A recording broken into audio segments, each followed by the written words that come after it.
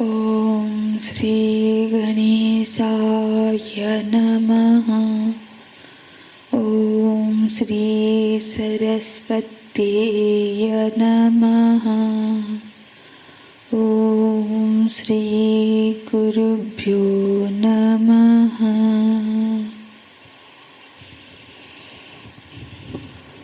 श्लोक 42 से पाठ करेंगे।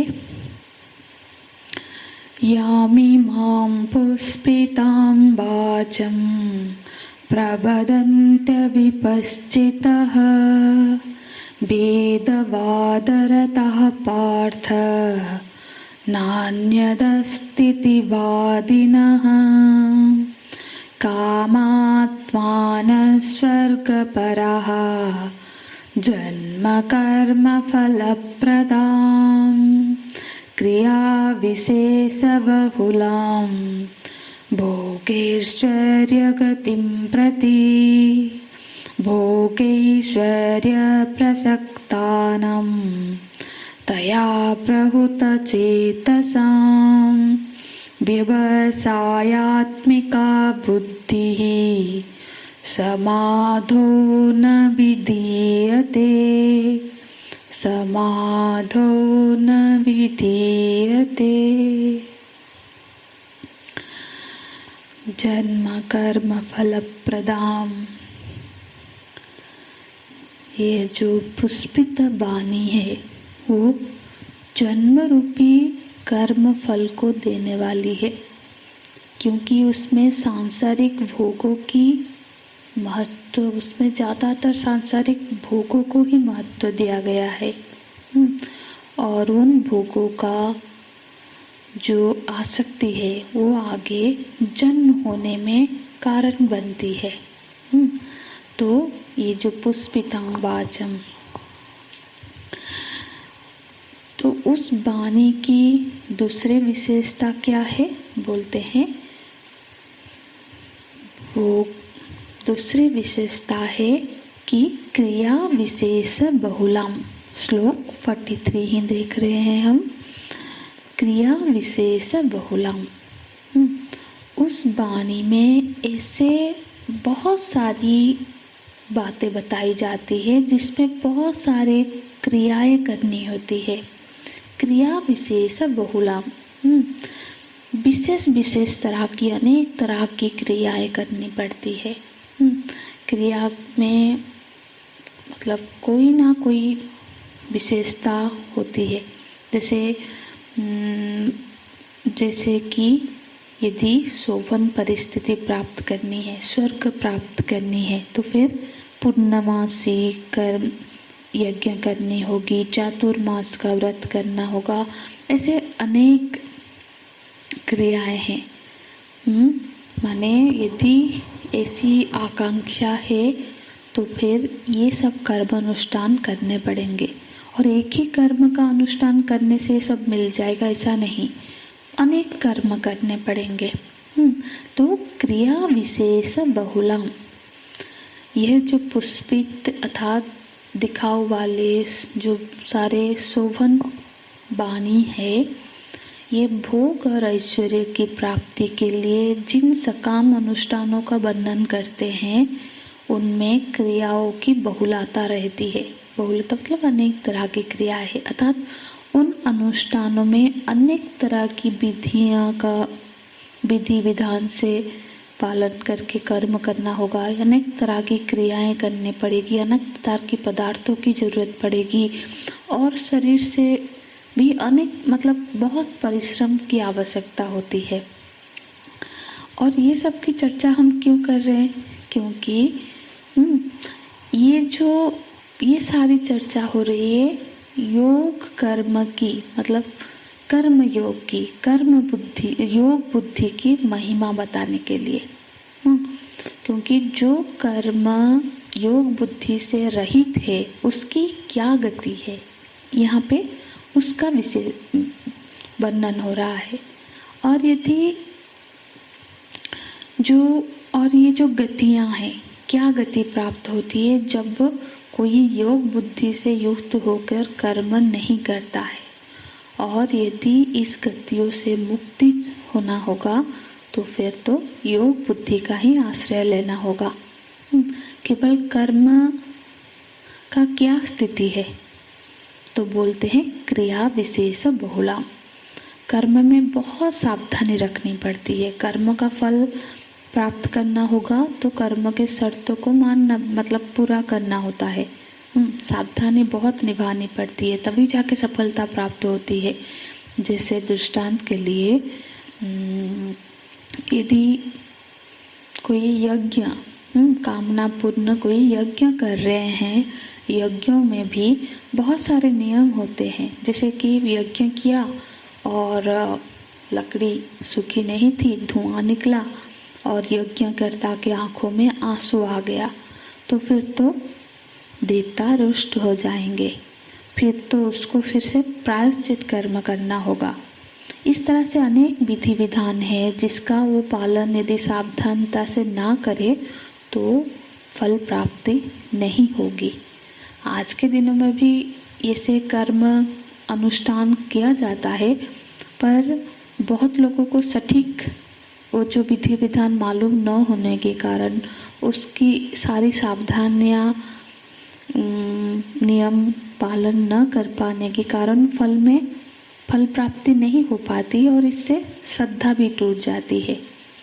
तो यज्ञ में पूजा में बहुत सारे नियम है, वैसे ही करना पड़ेगा जैसा नियम है वो क्रियाओं में, तभी जाके सफलता मिलेगी। पर ऐसा नहीं है कि हम ये बोले कि ठीक है अच्छा हुआ कि हम ये सब भी नहीं कर रहे हैं। ये सब करना चाहिए। यदि अभी हमारी धरातल कामनाओं में हमारे अंदर बहुत सारी कामनाएं है तो उसकी पूर्ति के लिए सत्कर्म करने में कोई हानि नहीं है। पर शर्त ये है कि हमको धीरे धीरे उस धरातल से ऊपर उठना चाहिए, आसक्ति छोड़ते हुए। तो अच्छा, यदि पूरे विधान से कर्म किया गया तो फिर उसकी क्या गति होती है? तो बोलते हैं उसकी 2 तरह की गति होती है। आगे का श्लोक देखेंगे। भोगैश्वर्य, यहीं पे है, क्रिया विशेष बहुलां भोगैश्वर्य गतिं प्रति।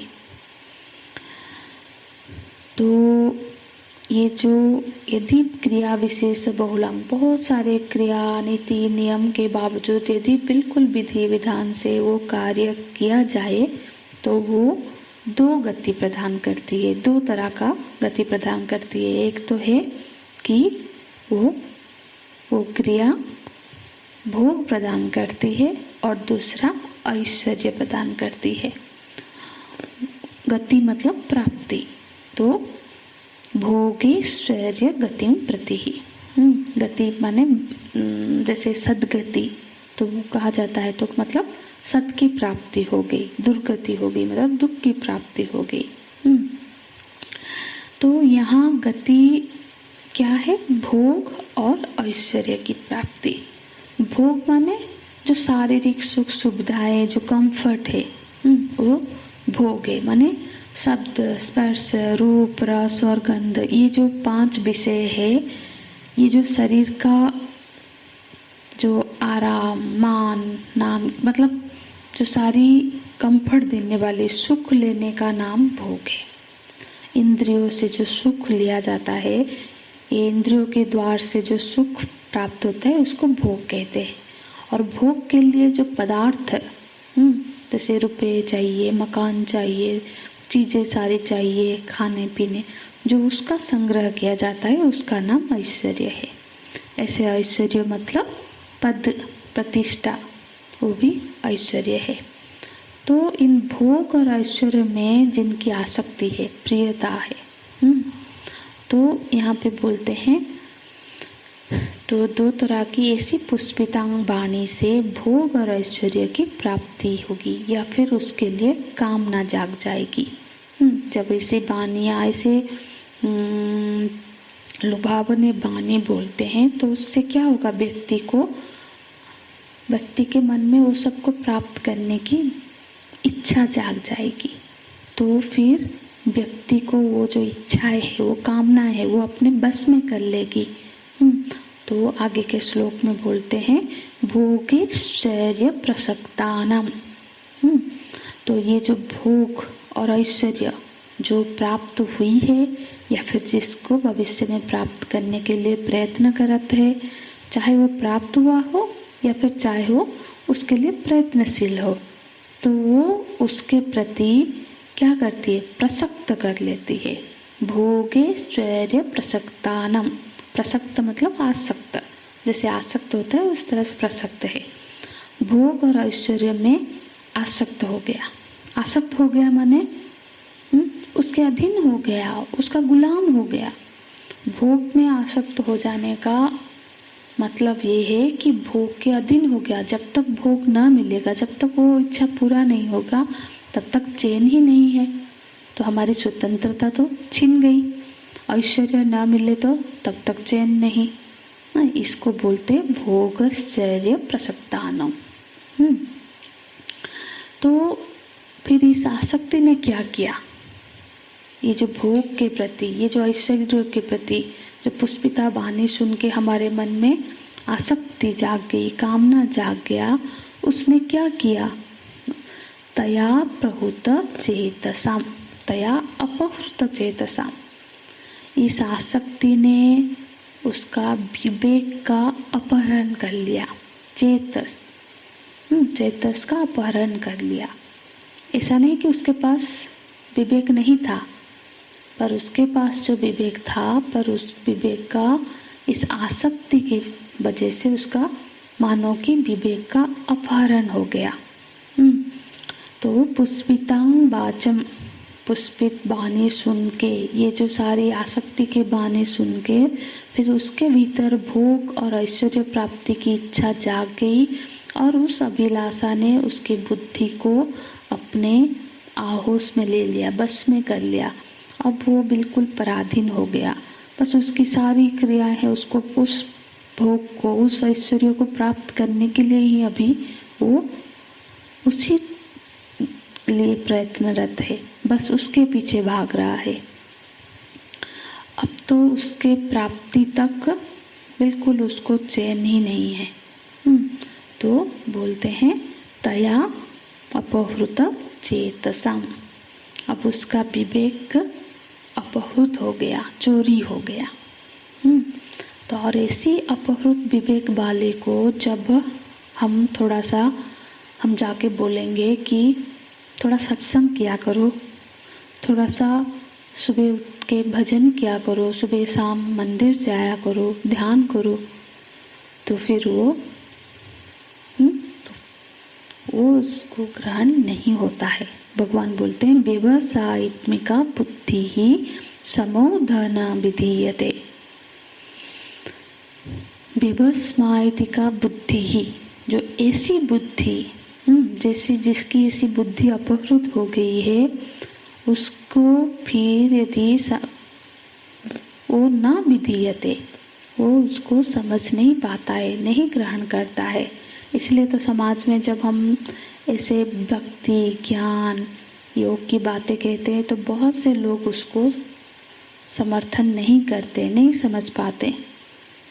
वहाँ पे भी यदि ध्यान का, तो ऐसा कोई ध्यान पूछेंगे, ऐसा ध्यान बताओ जिससे कि हमारे अंदर बिल्कुल ऊर्जा शक्ति बढ़ जाए, जिससे हम ज़्यादा काम कर सके, हमें सिद्धि प्राप्त हो जाए।